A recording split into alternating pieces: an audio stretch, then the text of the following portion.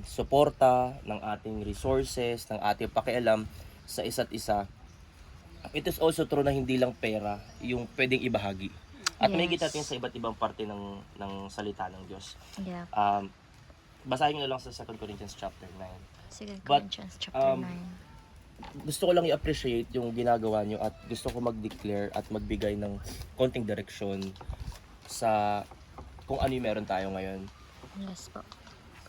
Magandang maintindihan na hindi tayo nandito kasi nag-decide lang tayo na gagawin natin to. Kasi paano pag umabot tayo sa point na ayoko na, yun na yung decision mo. Di ba? Yes. Pero dapat na maintindihan natin na dinala tayo ng Diyos dito hindi dahil sa desisyon natin, kundi dahil sa pagtugon natin sa grasya ng Panginoon. At sa pagtugon sa grasya ng Diyos, hindi pwedeng pag gusto mo, pag ayaw mo. And this promise meant a lot. Hindi ito yung basta lang na pwede nating iwan kasi ito ay pamamaraan ng buhay. Lalo na sa picture ng mga sa mga mananampalataya noong unang panahon. Ang itsura ng buhay mananampalataya dati ay nakikidamay, ay umaabot, nakikiisa, nagsasakripisyo. Madami ako nakitang organizations na masaya sila kasi at nagpa-partake sila kasi sa mga benepisyo ng organisasyon. May lipad, di ba? May pagkain lagi. Pero pagdating na sa mga mahihirap at lowest parts ng experience ng organization, madami bumibitaw. Yes. Pero gusto ko magpasalamat sa Panginoon kasi hindi ko nakita ang kahit anong senyales na gano'n yung organization na ito. And I pray Thank you, Lord. na lalo magpatuloy yung ganitong klaseng puso. At kung ang realization or ang understanding natin so far ay kasi gusto magpartake dahil meron akong sariling dahilan mahilig ako sa bata, alam nyo, tinanong ko kayo kung bakit kayo nandito. May mga kanya-kanyang dahilan, pero maganda ngayon, simula ngayon, maintindihan natin na itong desisyon ng pakikiisa natin is greater than ourselves. Mas malaki ito kaysa sa sarili nating desisyon. So, magandang mapagnilay-nilayan natin yun, Wendell, no? Sa lahat ng ginagawa natin. Lalo na kapag may mga masasayang panahon tayo, kagaya ng ginagawa natin ngayon. Lalo na pagkasama yung si Steve. Naku, busog-lusog talaga. Diba? Or sa pinakamababang punto ng organization na nakikita natin yung pinakamalalalim na problema. Lagi nating isipin, itong kinabibilangan natin ngayon is greater than ourselves. Yes. Yung tayo True. mag-evangelize, hindi yung decision mo lang Hindi yung tulak mo lang kundi ito ay kabilang sa mas malaking plano ng Panginoon. And that is called the Amen. sovereignty of the Lord. Yes. So maganda na laging nasa isip natin, ang pakikiisa ko dito ay hindi lang dahil sa sarili kong kakayanan, kundi sa mas dakilang plano ng Diyos. Amen. At ito yung magbibigay sa atin ng diin para mas lalo tayong tumibay at magpatuloy. At hindi magsawa sa ginagawa natin. Kapag nagkaroon ng personal na problema dito, nag-away-away, nawala ng respeto sa isa't isa, hindi tayo bibitaw agad. Diba? Kagaya ng isang mag-asawa na ang Diyos ang kanilang glue. Diba? Mamatay man ang kandila ng isa, iilawan man ng isa, pero pag pares na silang wala, lagi ang ilaw ng Diyos yung nariyan. So, napakahalaga na ito yung motivasyon natin na kaya ako nandito kasi nasa plano ako ng Diyos na mas malaki pa sa mga naiisip ko, nauunawaan ko, sa mga kaya kong gawin. And that being said, sa pakikiisa natin dito, sobrang blessed ako kasi lalo na sa Bacau at sa inyo, nakita ko yung yung pagpapakita ninyo ng pakialam. Yes.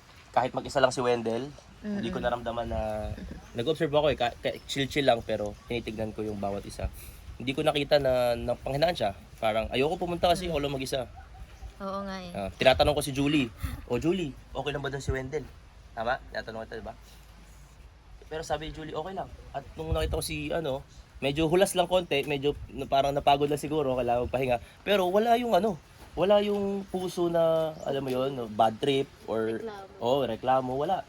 At tuwing ipapatawag kayo ni Julie kasi may gagawin kahit gabi, 'di ba? Basta may request ni McDo, kahit anong mangyari, andiyan kayo. At Yes. you do it out of joy, out of the abundance of your heart, not grudging, Yes. 'di ba? Openly.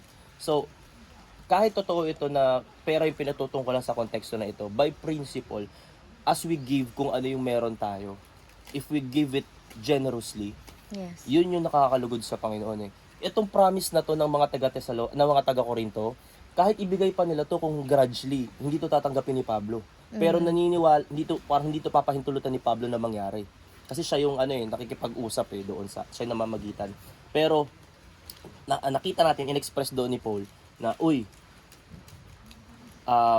remind ko lang kayo, I urge you, I encourage you. Pero ito rin yun naman yung nakita ko sa inyo. So sabi ni Paul, na kayo ay magbigay at nagbibigay kayo ng may galak. So I pray na magpatuloy ito, na masaya kayong ginagawa ito.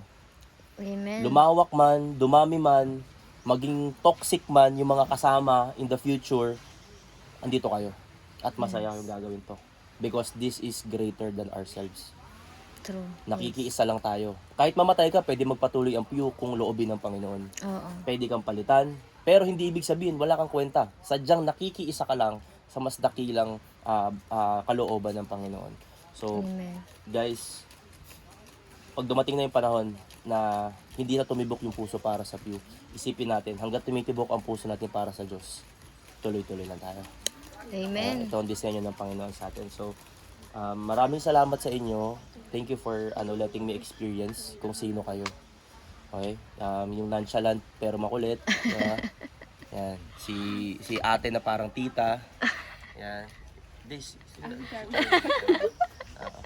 Tapos si Julie na, alam mo yun, so happy ako kasi very reliable ka na sa team.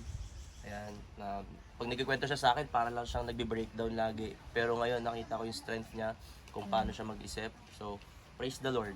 So, nakita ko yung nanay niyo. Thank you, Dito Lord. sa, yung nagsisilbing motherhood niyo dito sa pew. Salamat kasi na-experience ko kayo at tinuruan ako ng Panginoon sa maraming bagay. Kahit sa mga simpleng interactions natin. At dalangin ko, sa susunod na makita ko kayo, maging encouragement pa rin tayo sa isa't isa.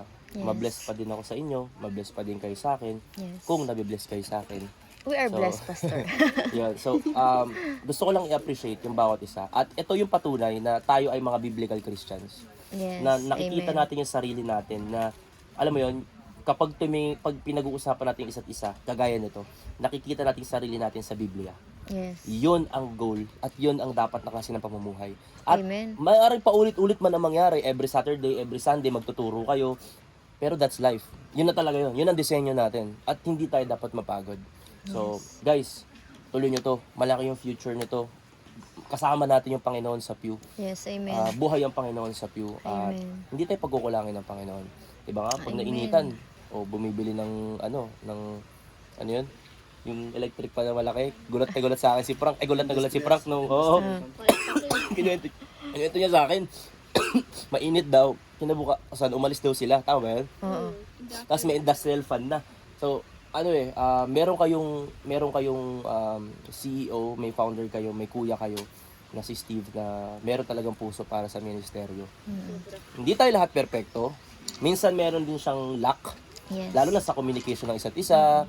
Hindi tayo perpekto pero may the grace of our Lord abound in us.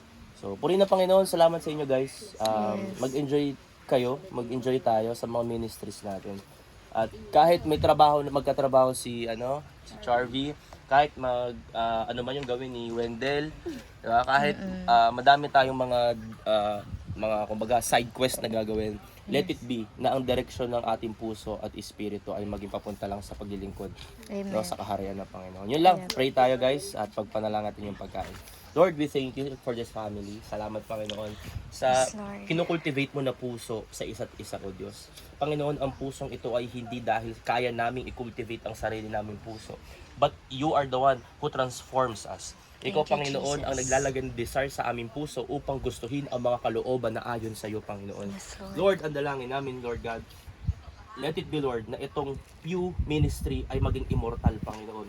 Ito ay magkaroon ng legasiya Thank you, na kung Lord. saan pinapakilala kung sino si Jesus sa aming buhay. Amen. Pinapakilala si Jesus sa buhay ng bawat isa. Panginoon, transform Pew, O God, like Yes, never Lord. before. Maranasan namin, Thank Panginoon, you, ma-encounter Jesus. pa namin ang mga kamanghamang bagay, Panginoon, sa iyo, O Diyos, na hindi pa namin nararanasan, Panginoon. Nang sa gayon, Lord God, mas kami ay mag-abound in hope, mag-abound in faith, O God, at mas mag-enjoy kami, Panginoon, habang ginagawa namin to. Even though may mga struggles, may mga challenges, Lord, We pray na ikaw, Panginoon, ang aming maging kalakasan. In our weaknesses, your strength is magnified. Amen. Panginoon, sa pagkain na meron kami, sa blessings na meron kami, we praise you and we honor you, Lord God. Yes, Lord. We give our thanksgiving to you, Panginoon. Hindi lang po ito ang provision mo sa amin, Panginoon. At nakita Yes, po Lord. namin yan sa habang kami ay sumusunod sa iyong kalooban sa ministeryo na ito. And with that, Lord, we glorify you. Only you, O God. We honor you Yes, Jesus. and we bless your name. In the mighty name of Jesus. Amen. Amen.